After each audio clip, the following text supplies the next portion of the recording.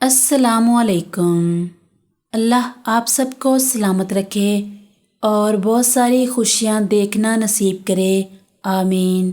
ककड़ी के फ़वाइद। ये हिद्दत खून को कम करती है, जिगर को तस्कीन देती है। ककड़ी के बीजों को पेशाब आवर होने की वजह से सोजाक, गुर्दा और मसाने की पथरी दूर करने के लिए इस्तेमाल करना मुफीद होता है।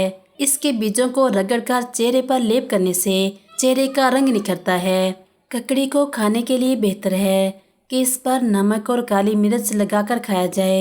गर्मी और सोजश को दूर करती है। ककड़ी खाकर पानी नहीं पीना चाहिए वरना हैज़े का खदशा हो जाता है।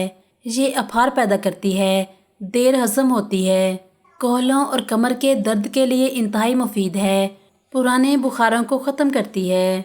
ककड़ी के बीज 1 तोला रगड़कर रोज़ाना मुसलसल 5 रोज़ तक पीने से रगों को मवाद से पाक करते हैं।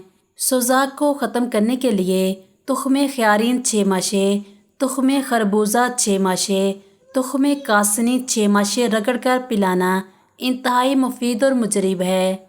इसके ज़्यादा इस्तेमाल से रिया और कॉलिन्स पैदा होते हैं। हजूर सल्लल्लाहु अलैहि वसल्लम को ककड़ी से ख़ास रुग़बत थी। हज़रत अब्दुल्ला बिन जाफ़र रज़ियल्लाहु अन्हा से रवायत है कि हजूर सल्लल्लाहु अलैहि वसल्लम पकी हुई खजूरें और ककड़ी एक साथ तनावल फरमाते थे।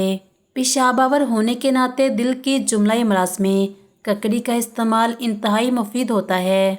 ककड़ी को खूब चबाकर खाना चाहिए ताकि वो जल्दी हजम हो जाए।